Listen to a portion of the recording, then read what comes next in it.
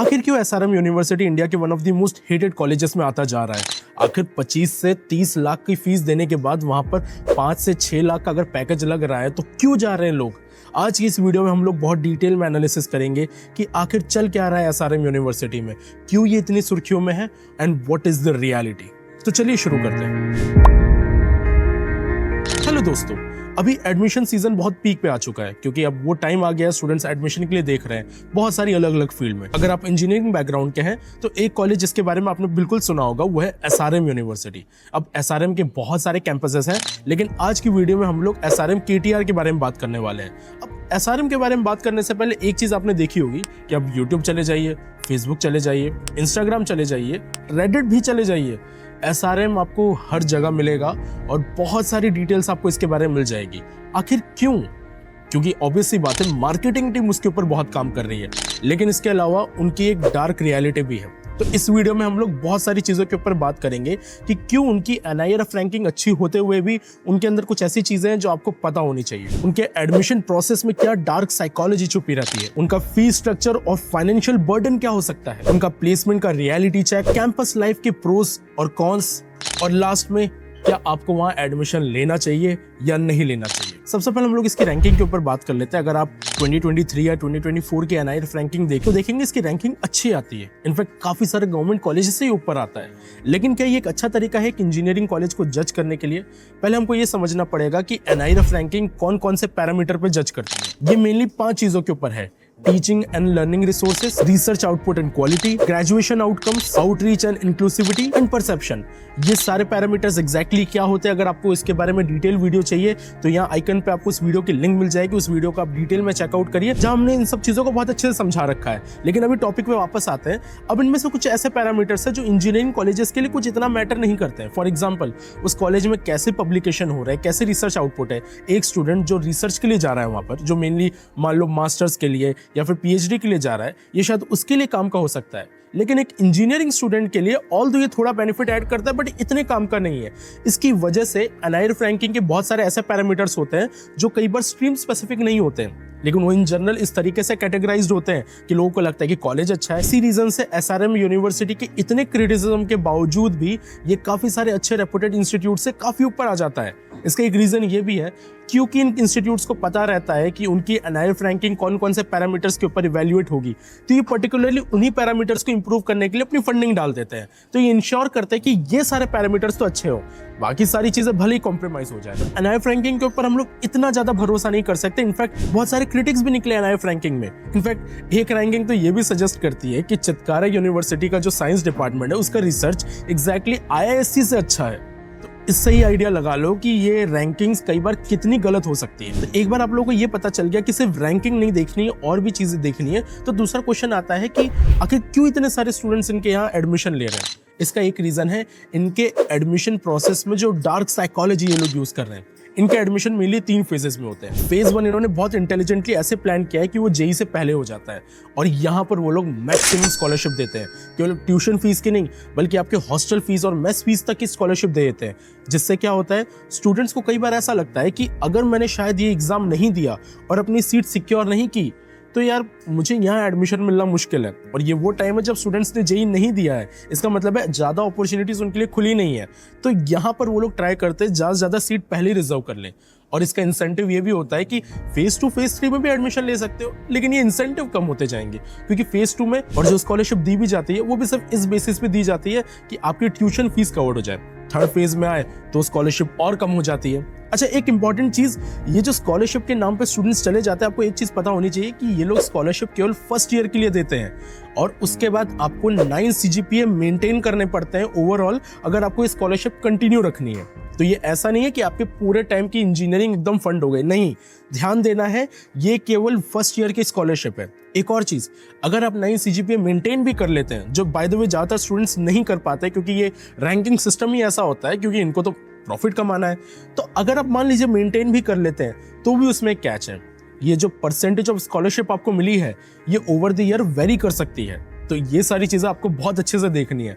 लेकिन यहाँ पर उन्होंने स्टूडेंट को अच्छे से फंसा लिया क्योंकि ज्यादातर स्टूडेंट्स इतना डिटेल में इस बारे में नहीं जान पाते हैं। उनको ये लगता है कि भले ही महंगा कॉलेज है, भले ही प्लेसमेंट ओके जा रहा है, लेकिन यार इतने सस्ते में मेरा हो जा रहा है, मुझे स्कॉलरशिप मिल रही है, नहीं। आप ला सकते हैं 9 CGPA, बिल्कुल पॉसिबल है, लेकिन इनकेस नहीं हुआ तो हम लोगों को उस हिसाब से भी प्रिपेयर रहना है। अब यहाँ के फीस स्ट्रक्चर के ऊपर बात कर लेते हैं। तो SRM ऑब्वियसली एक फेमस कॉलेज है और यहाँ की फीस भी अच्छी खासी है। अब अगर आप हॉस्टल में रहने जाएंगे तो हॉस्टल की फीस वेरी कर सकती है।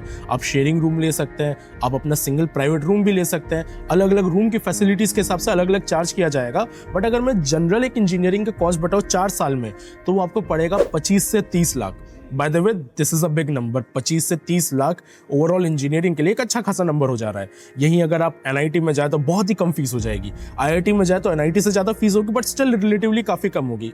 बट अगेन NIT IIT मिल रही होती तो आप SRM के बारे में तो नहीं देख रहे होते। सो ये चीज़ आपका ध्यान रखना ज़रूरी है कि स्कॉलरशिप के बावजूद आपको ये देखना है कि यहाँ का फीस स्ट्रक्चर कैसा है और क्या आप उसे अफोर्ड कर सकते हैं या नहीं कर सकते। अब हम लोगों ने यहाँ पर फीस की तो बात कर ली। अब आपके दिमाग में आएगा कि मुझे एडमिशन ले लेना चाहिए क्योंकि पैकेज तो अच्छा मिल ही सकता है। आप लोगों ने बहुत सारी जगह देखा होगा 100+ कंपनीज SRM में आई। ये भी देख रखा होगा आपने कि यहाँ पर स्टूडेंट्स का 50 से 60 लाख पैकेज गया।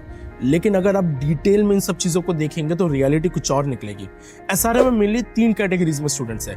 पहले बहुत ही कम स्टूडेंट जिनका बहुत ही हाई पैकेज जाता है, जिसके बेसिस पे ये पूरी मार्केटिंग करते हैं। दूसरा, बहुत ही कम नंबर ऑफ स्टूडेंट्स ऐसे जो कि ठीक ठाक पैकेज क्रैक कर लेते हैं। इनका 8 लाख, 10 लाख, 12 लाख, 15 लाख ऐसा पैकेज जाता है। It's a good package, but ये एकदम हाईएस्ट जितने नहीं है और इनका नंबर हाईएस्ट वालों से ज़्यादा है, बट स्टिल काफ़ी कम है।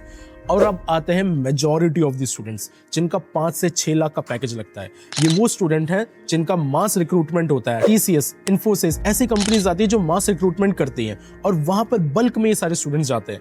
लेकिन कंपटीशन यहाँ खत्म नहीं हो रहा है क्योंकि इन्होंने अपना कैंपस इतना भर रखा है, इतने हजारों स्टूडेंट्स हैं, तो उन मास रिक्रूटमेंट के लिए भी बहुत ही ज्यादा कंपटीशन है, जिसकी वजह से इतने कम प्लेसमेंट में भी स्टूडेंट्स चले जाते हैं एंड ओवरऑल SRM का जो मीडियन प्लेसमेंट है वो काफी कम हो जाता है। तो हम लोगों को ये ध्यान देना पड़ेगा कि SRM का मीडियन प्लेसमेंट बहुत ही लो है और आपको उस हिसाब से डिसाइड करना पड़ेगा कि आपको एडमिशन लेना है या फिर नहीं लेना है। अब हम लोगों ने यहाँ पर एक चीज के बारे में बात की थी कि वहां पर नंबर ऑफ स्टूडेंट्स बहुत ही ज्यादा है और ये इसलिए क्योंकि वो ज्यादा स्टूडेंट एक्सेप्ट कर रहे हैं ज्यादा फीस के लिए।